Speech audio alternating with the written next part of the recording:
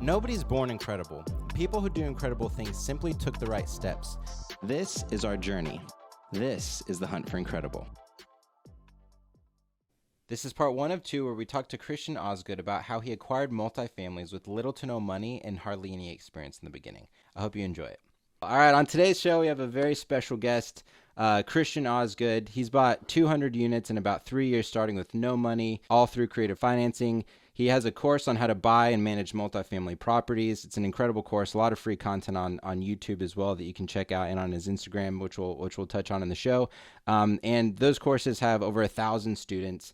He runs a property management company and also just recently bought a waterfront resort with $0 out of pocket. Really incredible. Christian, welcome to the show. Thank you. Yeah, $0 is in budget, so I'm sure we're going to touch on that throughout the podcast. But dude, thanks for having me on. I'm super excited to be here. Yeah, of course. So everybody has some context and understands your journey, because oftentimes when people think about acquiring commercial real estate or getting involved in the game, they think of such like big dollar signs, and they think, oh, this person must have come from a lot of money or have connections. What is your journey in terms of how you actually got into the game? I'd always wanted to be in real estate, and like pretty much everyone, I'm like, oh man, I really want to have passive income and own my time, but I had no parameters around what that looked like. So what ended up happening is I had an 8-year sales career wanting to be in real estate, worked for the CoStar Group, so I was around it but not in it, and came to the realization in 2020, to be an investor, you do in fact have to invest in real estate. So I bought a duplex, bought a second duplex, and those 2 properties cash flowed enough to cover my home mortgage. So I found myself in this interesting place where my real estate was paying for my real estate, which is a good place to be. Real estate's paying for the real estate. I'm pretty happy. And I'm realizing, wait a second, I'm out of money again. I just spent my 8 years of stuff on a house and 2 duplexes. That's where I learned creative finance. The next deal I did was a 38-unit multifamily building, $2 million, had been on the market for 13 years, and bought it with no money out of pocket. As soon as I learned that skill, within a month, I had bought a 6-plex and a 7-plex using the same strategy. And that more or less is how we built a 200-unit portfolio. We found what works and we kept going. So that, in a super condensed version, is my entire last decade. Yeah. I love that. And what were the terms on that creative financing deal? Creative finance deal, $2 million, 15% down, so a $300,000 down payment. I had 0 of that. So we brought on, in that first deal, we just brought on equity partners so we raised $300,000 as partners. When we got the cash flow up on that property, because it was massively underperforming when we bought it, we got the income up, and we ended up buying out the partners within the first year. Nice. So bought it with other people's money and then gave them a huge return on their money within the same year and kept the asset. And that's how we bought the first deal. Yeah. So many people get discouraged right out the gate if they don't have money and they assume that it can't be done. But in reality, if you find the deal and the numbers work and you can like really nail the terms, then the money will come. I mean, yes. Brandon Turner always says that if you have the right deal, then you're the hot girl at the bar. Like, you are offering people an opportunity to invest, and you are solving their investment problems. And if you have that deal, then, I mean, the money follows. Well, and I'm going to add to that. If you learn creative finance, you bring the deal and the debt. Like this one, when you're talking to your investors, like say you have a conventionally financed deal you want people to invest in. I have an opportunity, and here's the price that we have, and this is why I think this is going to be a great deal. Let's go ahead and get the bank loan. And then we need to raise the capital. On creative finance, you don't have all these bank approvals. On this deal, I have an opportunity that I have a plan. There's a bunch of problems with it. So your pitch is like, hey, look, I have property. There's all these things wrong with it, and we're going to fix them, and that's how we're making all of our money. I have the deal, and I have 85% of the money already done. The seller's going to pay us 85%. I'm just looking for the last 15. That is a better proposition than I have a deal. I have a deal and the debt is done and it's low down comparative to the price. And by the way, we're buying the building for like 2/3 of the price that it probably should trade for. Like, that is an easy capital deal. Like, if having a great deal is you're the hot girl at the bar, if you have the deal and 85% of the money, I mean, I don't even have an analogy for that. Yeah. Untouchable. The money will find your deal. The capital raise for those is ludicrously easy. Everyone worries about it, but you keep it in order. Deal, then debt, then equity. And if you come in on the back end and you're like, look, I already did the deal, I already did the debt, the pitch is super easy. With the deal being on the market for over a decade, what did you see that others didn't? It was a lot of work. And what Cody and I, my business partner, Cody Davis, what we saw in that property was, one, their biggest problem, and there was a lot of problems, but their biggest problem was they weren't collecting rent. Like 38 units, they were collecting $5,000. It was also in the middle of the pandemic.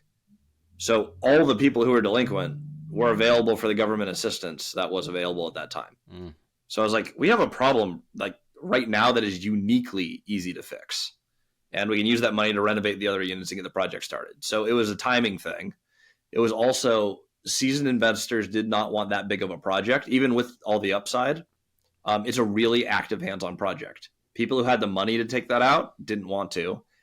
And it's not bank financeable because it is in disrepair. Now, we don't only do heavy value add, but that's what this deal was. Right. And so it's not conventionally financeable. So you have to either come in with cash or you have to have a creative solution. We met with them and they wanted $10,000 a month, which is a lot. We made it mostly principal. So we got 4% interest on that deal and just added principal to it. So we put it together where it's paying down the loan super fast. And we got through all the renovations out of some government money and then just out of, going around doing some repairs and starting to collect rent. I love that. I have a good friend who he's in oil and gas, so they do exploration, and he raised over $100 million for his company. And I was telling him about one of the deals that we were looking at, and he said, "Oh, I love the hair on it." And I was like, "What are you talking about?"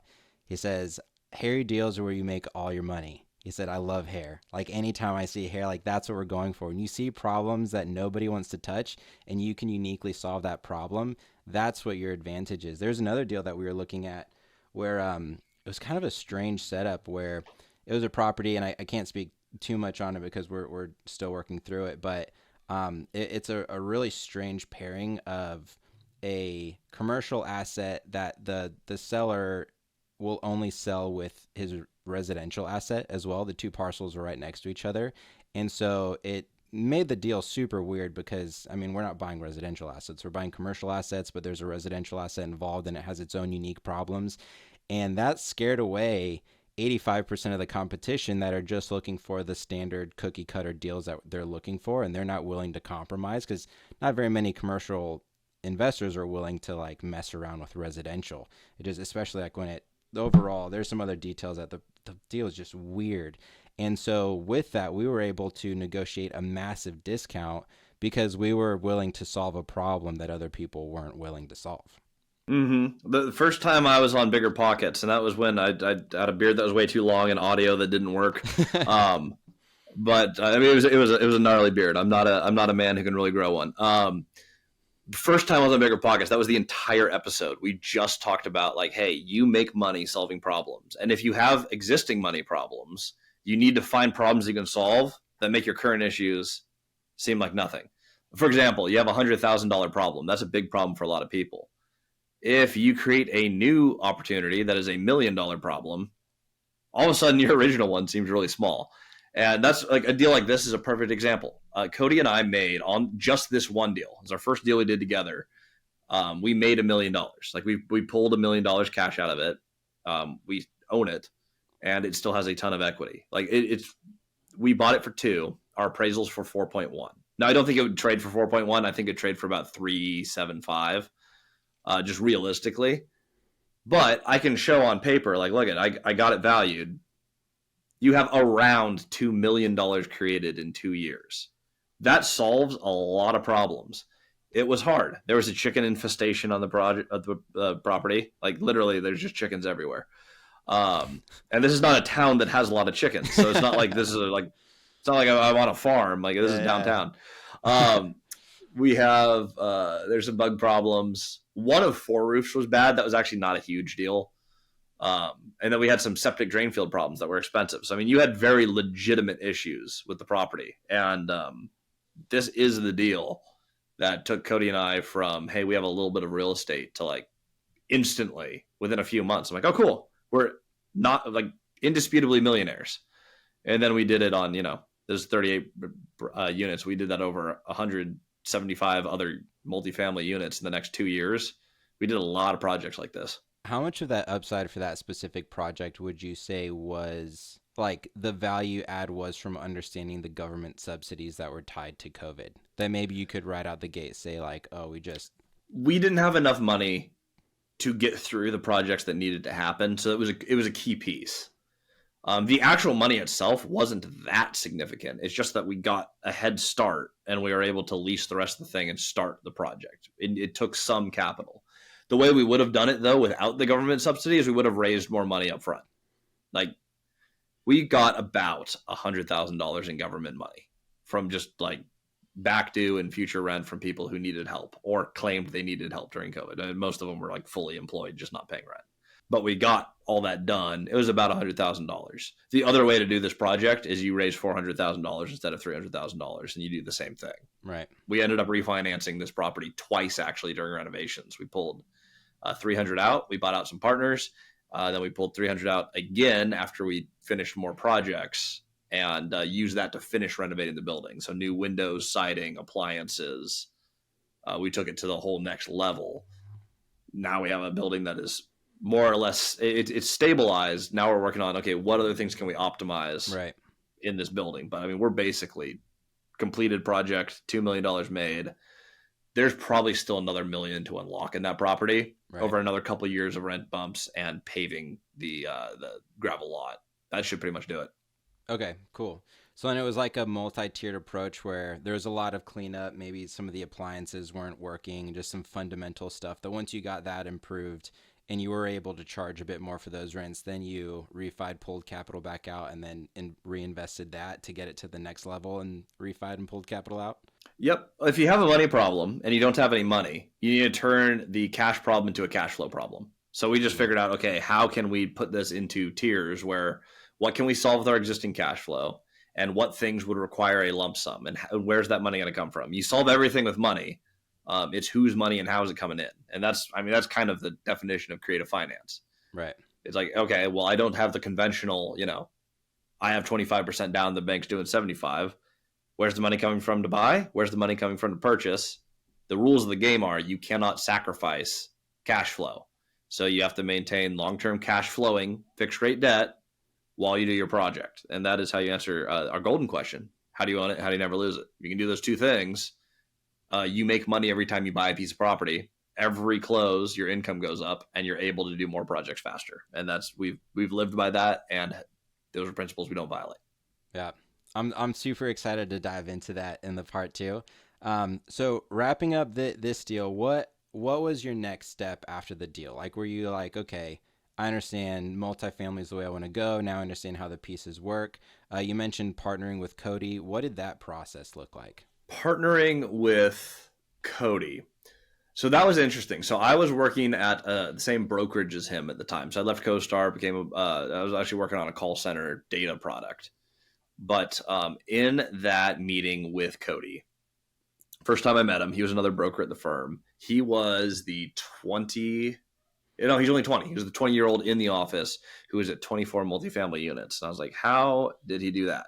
And then around the time I was buying my duplex, he just closed on his 30th unit. So when I met him, he had figured out how to buy real estate with or without money before I did. That was what Cody brought to the table. Is we started the strategy based on the things that he had learned or was in the process of learning. We started doing deals together and found that on most of our deals, I am the operator primarily, and Cody finds the deals, and especially in our refinances, he does a lot of the money. So we both capital raise, but like Cody gets us through the bank paperwork and the onboarding paperwork. All the in between is me and my wife, which is a huge piece of my story. The goal I had going into this was retiring my wife. So Cody and I got together because I was investing in the same town. We were working in the same office. I had operational experience throughout multiple companies. Cody had the ability to buy anything with or without money. And so we came together and I was like, okay, I'm going to learn your skill and we're going to apply my skills towards running this. And we're going to build a business that works. And so together we built our principles and our strategy. And that's how we got to where we're at today. Just a good successful partnership. Yeah, I love that. So much of successful partnerships and just in general success in life around like building teams and everything else is deeply understanding what you're good at, what you're interested in, and what you're not good at, and then subsidizing what you're not good at with what somebody else is good at and enjoys doing. Yep. So that's a major part, especially in real estate when there are so many components. It's so nice to just like lean really well into what you're exceptional at and then creating these partnerships that are hopefully healthy over a long prolonged period of time, because the longer you stay in the game, like the more wealth you'll actually accrue. So that's very cool. Tell me about the goal that you set and how you approached it and what that time frame and execution looked like. Yeah. Oh, this ties into your first question perfectly. Actually, this kind of takes us full circle. So when I got started, I mentioned it took me like 8 years to really come in and start buying multifamily. I had done one condo flip where I lived in it prior to that, but I mean, like that was my real estate adventure. I got into multifamily and started doing this when I actually set a goal that mattered. And so having a target that is significant is stage one. Stage two is setting a timeline to it, which we smashed out of the water. So around the same time I started investing, school districts, which were already crazy in Washington State, got politically super weird. And my wife got injured and the school district didn't do anything about it. She got absolutely, like, she really messed up her back. So we went from, hey, I would love to retire my wife somewhere in the next decade, and we want to slowly buy some real estate. So I'm like, she's not coming back to work next year, and I just left my job. So I'm like, okay, we now have a goal of, hey, within the next maximum 2 years, I want to have enough real estate to retire my wife and let her do what she wants to do. In addition, if we ever start a family, we don't want to start it here. We want to start it in Texas. So I have this simple goal: buy house in Texas, retire wife. Clearly defined, obviously matters. Those are important things to any husband or potential father. But it's like, basically, I want to be able to provide for my family, and I know what that's going to cost. That's going to cost me $15,000 to $20,000 a month to be secure in that and build the life that we want to live. So now I have a defined goal. I know how much it costs, and I have a defined timeline. I wanted to do it in 2 years. Cody and I knocked it out in 11 months. The goal was, hey, 100 cash flowing multifamily units should get us there. Let's strive towards that first. Unit count's a stupid goal, by the way. It doesn't matter. Cash flow matters. But when we were learning how to do this, that's what we actually did. Is we sat down and said, if we have decent cash flow on 100 units between two people, that should be enough money. And so we got there in 11 months. Then we more than doubled the unit count since then, started some other companies. It's been quite an adventure. But as we put this stuff together, that is what changed everything. Is I went from, hey, I want to be a real estate investor, to I need to hit this goal, and so I'm going to go hit this goal. And that is what I've found is the difference for most people. Is success or not success is you define your goal matters, and then you can go ahead and buckle in and get obsessed. Right. What was that all from that first multifamily deal that you and Cody did together, or did you do additional deals after that within that 11-month period? So I set that goal right before I bought the first duplex. So I bought a duplex 2020, bought a second duplex in 2021, and that is also the year where I bought the 38plex with Cody, and then a 7plex and a 6plex to round out the year. That was the, like, 2021 was really the big year. Bought my first duplex 2020. I was like, oh, this is kind of cool. And then we took off. Then next year in 2022, we bought a lot of our existing portfolio, a ton of them, including the Robin Hood Village Resort. But we bought a bunch then, and then, oh my gosh, we're under contract for like 70 units right now that are going to be closing out here pretty soon. Nice. Hell yeah. I always love hearing people's stories of not just how they got in, but what really lit the fire under their butts. Because, like, for me, it was more of a fortune thing. So, like, my parents, they were in commercial real estate, and so I grew up around it, understanding it. My dad did land development.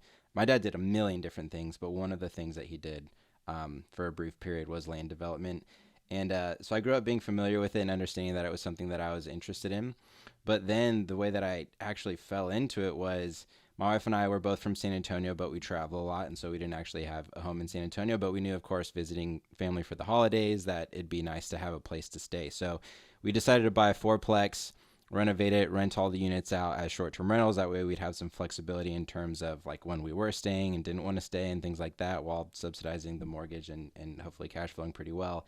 And once we renovated and got the property stabilized, it was doing so well that I was like, dude, this is the move. Like, this is the move. I just need to scale this thing. And then, of course, like that was a couple years ago. And then the market pulled back pretty heavily because it had reached its peak. And in Texas had been burning so hot for so long that that we felt quite a bit of that pullback. I mean, obviously a lot of places did. And that's actually what really lit the fire under my butt to say, dude, this is the perfect time to acquire. Like, there's not a lot of movement in the space. Interest rates are so high that sellers are willing to compromise. And so that's what, like, yeah, really fueled it to dive in and just start ripping through deals and building relationships with people who are seasoned in the space. Was literally just this, like, I need to buy now while the market is low. And then, of course, when it pulls back up, you refinance and everything else. But yeah, man, I saw that wave and was like, dude, and with boutique hotels, I don't think it's gonna last forever. I think Airbnbs and short-term rentals were so popular for so long, but now that regulations are beginning to tighten and people are starting to freak out, and a lot of these assets that were overpriced because of how much money was being poured into this space for short-term rentals, now that regulations are cracking down, I mean, like the long-term rentals aren't going to be able to subsidize those mortgages with some of the rates that people are willing to pay for it. So I think now there's a lot of money that's beginning to look at boutique hotels. It's getting a lot more attention.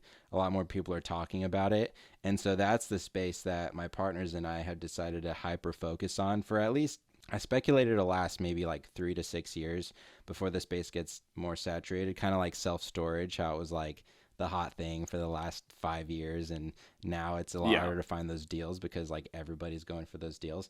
I'm speculating that we're going to see something similar with boutique hotels. They're harder to operate, so we might not see the same amount of fire as with the self-storage. But yeah, so that's it. It's just that aggressive timeline of like, yo, this gold rush is not going to last forever, and not everybody sees this opportunity. So we've just got to rip and leverage the timing of the market. So much of it too is leveraging the resources that you had, like we mentioned before about the COVID subsidies. Like, yeah, if you didn't have those subsidies, you would have raised more capital, but there was that opportunity with that deal at that time. And so you focused on the deal first and said, okay, I've got this deal locked and loaded. How can I leverage the resources in like this situation to actually figure out the financing to deliver on that? Yeah, and the boutique hotels is an interesting industry. So we have the Robin Hood Village Resort, also picked up $0 out of pocket, $4.5 million seller finance transaction. Seller financed $3.5 million of it. We had $1 million raise. That's our first 7-figure raise, which, by the way, we raised in 7 minutes, which is a fun story in and of itself. But you're right; they're hard to run operationally because it's hard to systematize. Any system that you add where you're not actively involved is really expensive in proportion to the number of units you have on some of the smaller hotels. Mm-hmm. That's something we learned. If you're going to play that game, you want to be someone who doubles and triples down into the boutique hotel space, and you want to be a master of that. That is something where Cody and I, we make a lot of money on it. It is a good, like fundamentally, it's an excellent deal. If I can go back in time, I would have not gotten into hospitality because I'm already a multifamily guy, and we are excellent at what we do, and we have the systems there.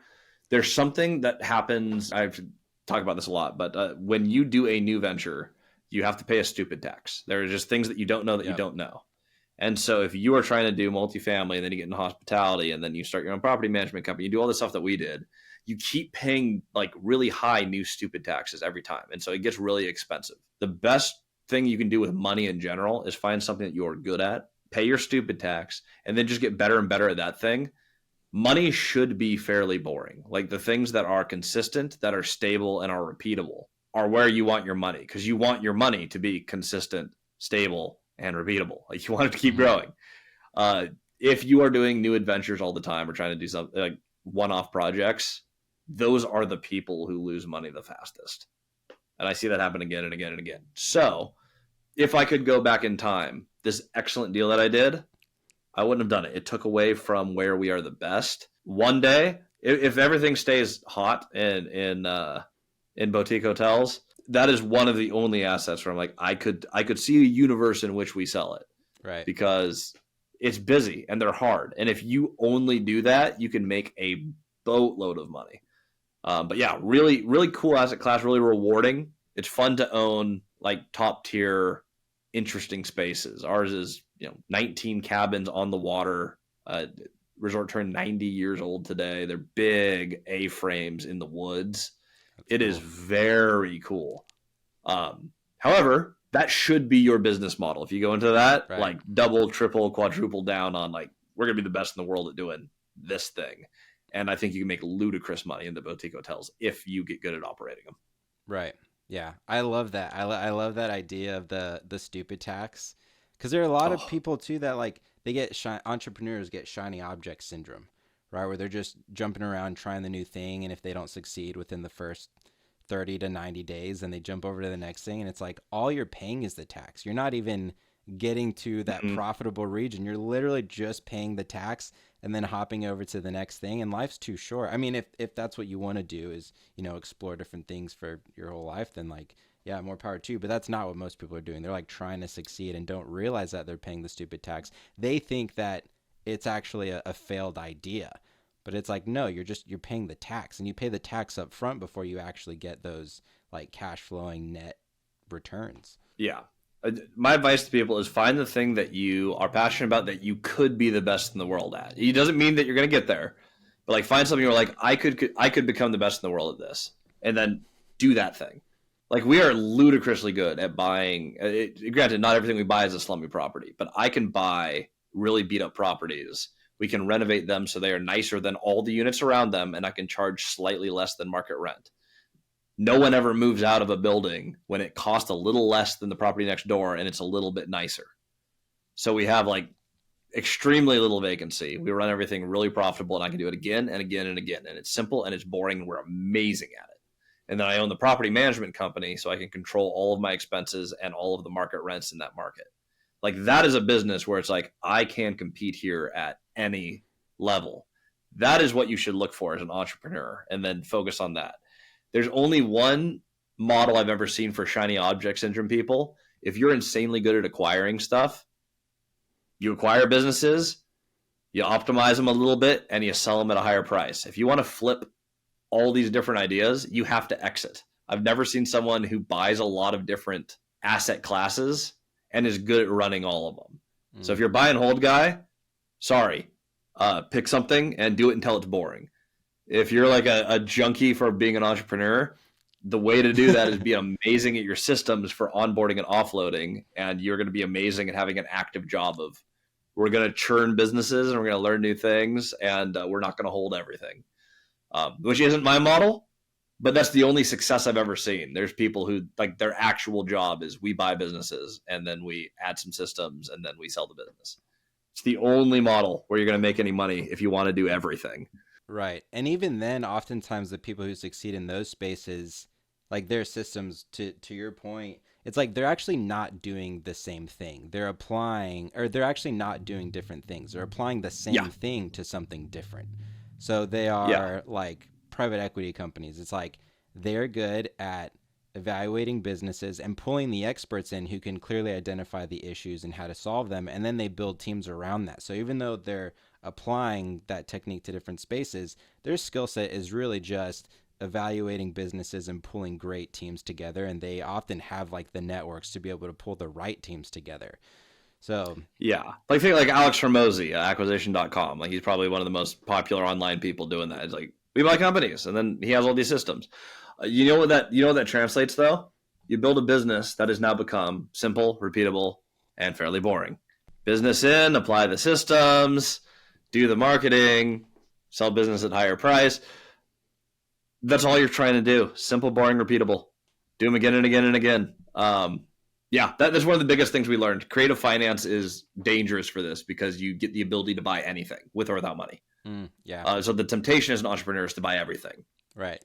If you want to have money, avoid that at all costs, because you can end up really wealthy, which did happen for Cody and I. We made millions of dollars. We've had multiple times where it's like there's sincere liquidity crunches. We start with no money, you do a bunch of ventures, you pay a bunch of stupid tax.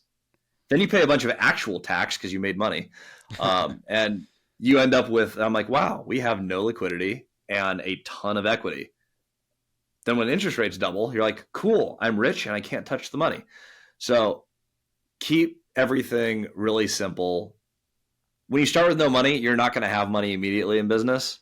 But like if you learn the creative finance stuff, you take a little bit of time. The next game is how do we balance having equity in the portfolio, having cash on hand, and having income. And you try to keep those three things in balance. And that's when you're considered rich. And in my book, you have to have the balance of I have cash flow, equity that is growing, and I have cash on hand. If you can keep all three pillars, you're rich. So by definition, Cody and I aren't rich yet. We always have two of the three, but we trade one for the other. You play the game long enough, you get all three. Yeah, sometimes we're high cash flow. We're always high equity, but sometimes we're high cash flow, low liquidity. Sometimes we're really high liquidity. And then we do a project that kills the cash flow. You have to get all three at the same time and hold all three. And if you can do that, congratulations, you have won capitalism. Yep. 100%. We're not there yet. We're close. But also so much of it is just enjoying the game that it's like, at least for me personally, it's like I can kick that can down the road because I don't actually like, I mostly just love the game of like shuffling it back and forth and figuring out that puzzle, that it's falling in love with the process. I really think is fun in all of it. If you were just playing for the end, that would be pretty lame. Like no one plays a board game to be like, wow, can we just skip to the end of the game? Like, yeah. You need to have fun. And if anyone's unaware of this, statistically, you're going to die. So far, we haven't seen a whole lot of exceptions to that.